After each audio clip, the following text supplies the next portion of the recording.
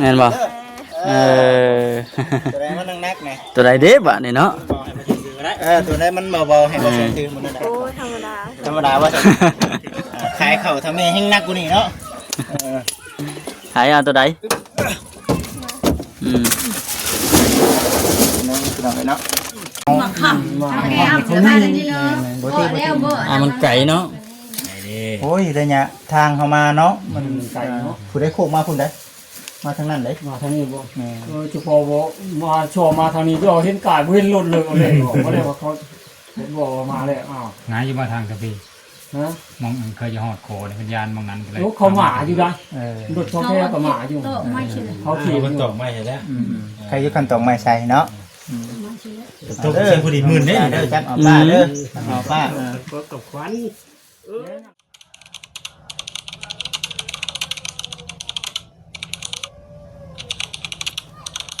พี่น้องเนาะ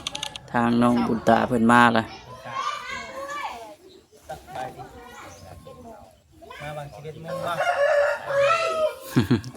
สบายดี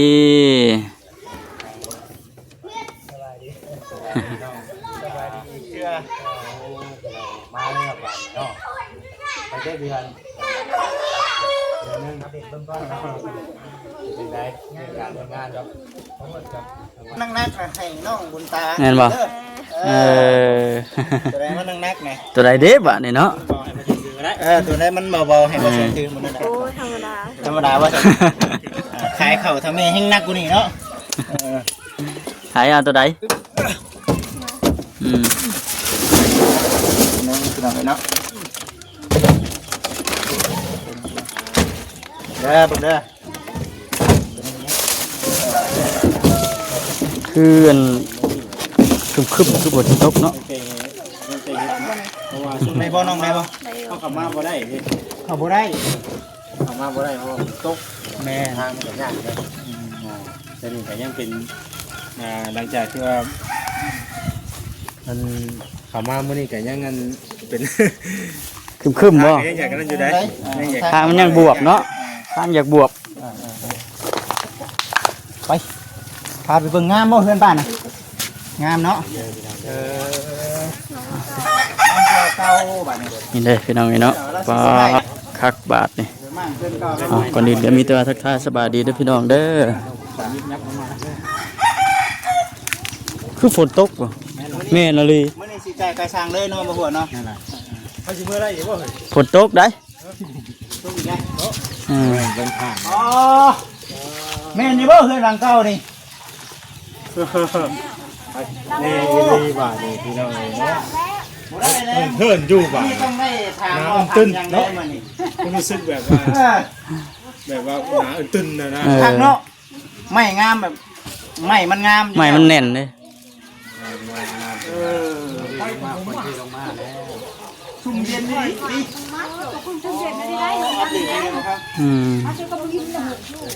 คักครับต่างจากอันเก่าลายเนาะคักเนาะงามเนาะโอ้เนาะเป็นต้นรับดีนี่นี่พุ่นมาแล้วชุ่มเย็นดิชุ่มเย็นชุ่มเย็นผมใหม่เรายังเดืออยู่ได้นี่กันเห็นนั่นเห็นนี่นี่เนาะยังลายอยู่ใหม่ถือว่าดีกว่าเก่าหลายเท่าเลยแหละพี่น้องเนาะฝุ่นแห้งเขาแล้วฝุ่นก็ต้อนรับแบบเป็นป้าเด้อเจ้ามาถ่ายแบบนี้อ๋อถ่ายให้กับทางผู้รักผู้ใหญ่เพิ่นเบิ่ง FC เพิ่นเบิ่งเนาะพี่น้องเลยขึ้นไปทางเทิงนี่แห้งคักเนาะบ่แทนยังบ่ได้ขึ้นจักเทื่อไปขึ้นไปคนหลายบ่มื้อเช้านี่นอนอยู่นี่ก็ก็ยังเข้ากับบ่ทันได้มาอยู่แล้วบอกเขาท่ามันบอกเขาท่าไปแล้วมันโยกมันค่ำเลยเขานี่มื้อนี่บ่แล้วจักมื้อบ่เฮ็ดนี่สร้างไว้4รูปนะ4 มื้อแล้ว4 มื้อสำเร็จตัวเลยเสียงเกิดมาได้เกิดได้ยันยันฝนตกบ่มันจะเปียกได้ถึงไหนแล้วแม่ เนี่ยได้อยู่บ่เชิง มีอยู่กับตอบคือเก้า อ๋อตุ๊ น้ำถึก งับบ่ รับนะ เอ้าอะไรขึ้นเรือนใหม่เนาะ ไปเรื่องกันที่ทำอะไรลืมเลย ต้องนับก่อนบ่ สบายดีสบายดี มันจะอยู่ดีมีแห้งกันได้เนาะคำคูณ คำคูณบ้านใหม่เฮือนใหม่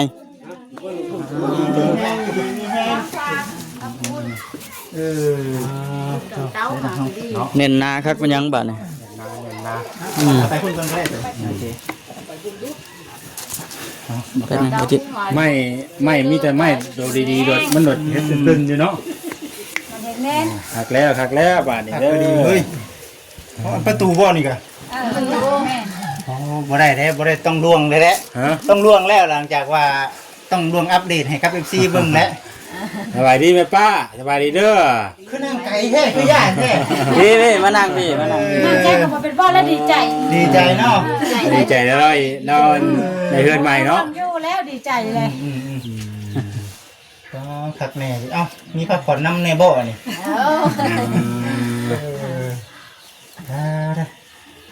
เอาพี่น้องเลยใช้น้องบุญตา ละ คิดปีช่างเออ โอ้ ให้กินข้าว อะไรอะไร ต้ม ให้อยู่ข้าว กินข้าวอะไร ขอจะเข้าดีกว่าตัวที่ว่าหมอ กินกลัวเนาะ มากินพร้อม นี่เด้มื้อนี้ก็ซื้อของฝากของต้อนมาเล็กๆน้อยๆเด้อเป็นน้ำมันแน่ ยินดีน้ำเนาะเจซานใหม่ แม่ ขอบคุณอยู่ดีมีแห้ง แห้ง ต้มขนม อ้าว มีแห้งบ่จิต ยางแต่อยู่ไปจิต ก็คือว่าเอา2อันคือเห็นอันนึง เจ็ดบ่คำละกินจักอันนี้ ว้าโบ บ่ครับจะนั่ง ใจได้เคยกัน เสียงตัวเสียงเขา ก็ว่าอยู่เด้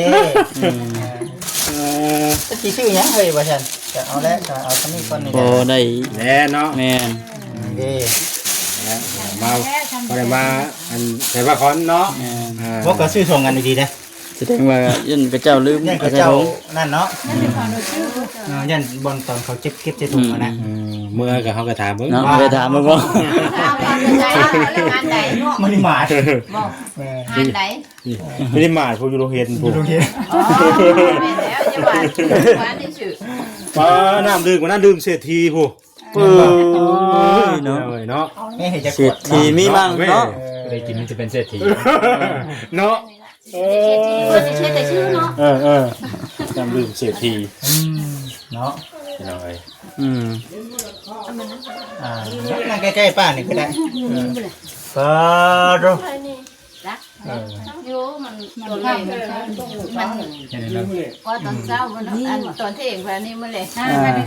อ๋อแต่ผู้นึงสองคนก็ได้ โยกเอาโซ่พวกนี้ก็ได้ไป โอ้แมนโบเบิร์ตก็ได้ คนหนึ่งคนสองคน ก็ได้ มาฮับเงินเลยสิ ตัวแทนเพิ่นนะ ผู้ใดกล้าละเขาเสียใจเท่านั้นละบุกเงินแต่แลนผู้เดียว อันนี้ก็สุดแล้วแต่ว่าเด้อเอาให้ดีๆบาทนี่เด้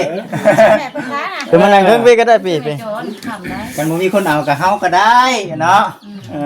เงินนี่ไปเอาก็ได้ดอก แม่นแต่นี่ก็อยากได้คือกันนั่นนี่เนาะ ไปหมดจะได้เงิน บ่เดินแต่คนอยากได้พี่น้องเลยเนาะ ไป มาตอนนี้มาได้ เอาเร็วมาขึ้นมา ไป มาได้พอมา โอเค คักแน่ดีพี่น้องเลยเนาะนั่งกันเฮ็ดได้ไรบาทดีใจอยู่บ่ดีใจซำใด ดีฮะบรีปไร เอ้า มันเหินคอยหูก็เนี่ย หมู่ล่าอะไรนี่ คอยหูคอยหูก็ดีใจอยู่เลย ขอไปทางโหเพื่อนเป็นแง่ไปทางหอนี่ มันค่อย เนี่ยพื้นก็ได้ มอนมอนเฮ้ยตัวนี้มันไม่ยากหรอกตัวนี้เอามอนซ่อนใส่กันอีกเอามอน เอาหมอนอีก เฮ้ยเนาะ นี่ก็ดีใจ เออ ได้ เอาหมอนใส่อีกเนาะ ละลายแล้วซ้ำ เฮ้ย เป็นน้องเพิ่นน่ะมันคอยไปทั้งหูในหูเลย โอ้ยมัน ก็ โม มูนขึ้นก็ได้ เมนปัญหาดอกตัวนะ เนาะ เย็บ คน ขึ้น คน เย็บขึ้นไหม โอ้เด็กมันสิแปลงให้บ่ เปลี่ยน ยั เอา ง สิแปลง ซ้ำ ให้ นี่ก็ดีใจเท่าผ้าแล้ว ใครกว่าฝนตกเชหัวแล้วว่าเฮ้ยเนาะจู่อยู่นู่นโอ้ยดีใจแล้วครับนี่ ไปนอนเมื่อคืนนี่มันคอยไปทั้งหูเพิ่นบอก เพิ่นนอนเมื่อคืนนี่เพิ่นค่อยจะโง่เพิ่น โอ้ยเนาะ หน่อยก้อย แล้วก็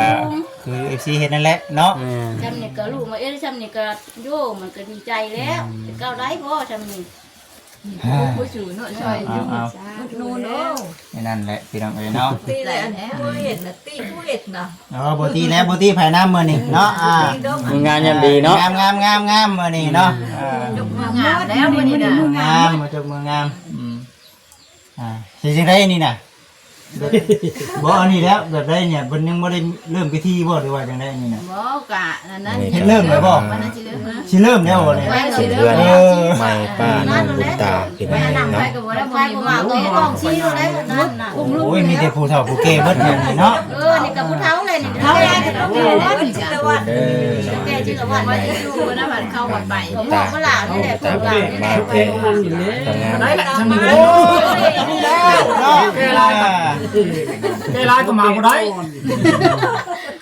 เท่านี้แหละพี่น้องเอ้ยเนาะเฮ้ยผู้แขนบ่ ผู้แก่มาแล้วมาเจ้าที่ผู้มา ถูกยุ่งชุ่ม แล้ แล้ว ว นู่นมา เบิ่งเฮาก็เบิ่ง เดี๋ยวก็ว่างานผู้มาอุดนู่นเด้อก็ช่วยชูนี่แล้วดีใจได้เลยนะจ๊ะก็เดิมหัก นี่เฮาก็ห่มขวัญเด้อห่มขวัญนี่แหละ จ้าถูกแล้ว บ่จิอันนี้บ่คันอัน ห่มขวัญเด้อ ถูกแห้งแล้วไปช่วยจังเลยก็จ้าถูก ผมเก่าผมขวัญบ่ ฉันวันดีเด้ มือจบมืองามเนาะมือสูงมือเย็นเนี่ยจนสิเปียกได้ฝนตกมาแห้งจ่อย เอาบ่จิตผม นี่ เก่าผมขวัญ นี่บ่แสนมาเนาะอยู่ดีมีแห้งอยู่ดีมีแห้ง ได้เลย พาอะไรต่อไปนะ กำคูนเนาะ ขอบคุณอยู่ดีมีแห้งคือชุ่มกินเย็นเป็นยังไงเนาะถึงเล่นใหม่ คูนนำ50,000ที่ นี่สิได้เอาขึ้นก็คือถามเลขแล้วบัดเลขออกยังแล้วบัด แห้งทุกคนนั่นแหละ ใจน้ำลายๆเนาะ มอบให้ผู้ทำผู้แก่เพิ่นนะบัดนี้เนาะ แต่มัน ผู้ À. ตแทนเพิ่น ดีเนาะ เก่าแล้ว ดีแล้ว กับผู้คือเดียวผู้คนจุ่มเพิ่นจะก้อนผู้คนจะก้อน เจ้าของเพื่อนก่อนก็ได้สิเป็นยัง ผู้ใดก่อนของจริงแล้วผู้ก่อนผู้สมัยก่อนทำ เฮาก้อนได้ เอาก่อนบ่ ผู้นี่ผู้เจ้าเหินก่อนบ่เนาะ เจ้าเพื่อนก่อนก็ได้ไปเฮาก็บ่ได้ว่าหยังหรอก นั่นแหละก็ได้นั่นแหละก็ได้ตามเพิ่นพูด ของเจ้าก่อน เพิ่นก็ได้ แม่แม่ของเพิ่นก่อนก็ได้ เอามาเดี๋ยวบ่ทัน เบิ่งเด้อ เอาไปเอาเลยมีเท่าไหร่งัดออกมาให้เบิดเด้อคำเว้านะ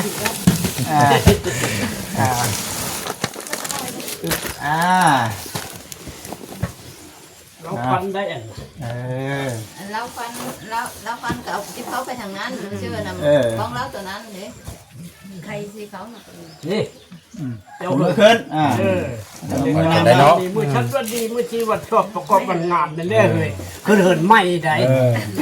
อันนี้ก็มอบมาฟันให้พระเจ้า น้องบุญตาจับเอาป้าสิ มีแห้งนี่ไก่ผู้อกเลยครับพาควันแรกครับแล้วแก้วหนึ่งเขาติบหนึ่งเงินอีกจักเท่าไหร่แล้วหลาย บ้านแล้วบ้าน นับจนบ่ไหวหลายหมื่นอยู่ ชามมึงแล้วแพ้มาได้แพ้หลัง อันนี้ก็โคกมือเห็นเข็นมือเช่านั่นแหละแล้วมันตกไป โอ้ดีคนเฮาเนาะ เอ้าเริ่มตามบ่ครับ รีบกันเถอะนี่ เร็วจริงตั้งไปมั้งแจกตาพีเป็นประแจกกระจายชายยักษ์เลิกนี่ ดีเด้อโอ้ไปแล้ว ต้องพูดเลย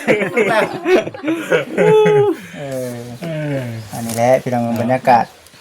อบอุ่นพี่น้องเลยเนาะเพื่อเฮามาฮอดได้คำเศร้าก็สิหลายคนกว่านี้ดอกเฮา คนนี้บ่ตีบ่ตี มันไก่เนาะ โอ้ยระยะทางเฮามาเนาะมันไกลเนาะผู้ได้โคกมาพุ่นได้ มาทางนั้นเลย มาทางนี้บ่เฉพาะบ่มาชอมาทางนี้ก็เห็นกายบ่เห็นรถเลยเลยบอกบ่ได้ว่าเขาเห็นบอกว่ามาแล้วอ้าว งายอยู่มาทางกะพี่ ฮะ มองเคยจะหอดโคในพันยานมองนั้นก็เลย รถเขาหมาอยู่ได้ ๆ รถเขาแค่ก็หมาอยู่ โตไม่เชื่อ เขาขี่ มันตกไม่ใช่แล้ว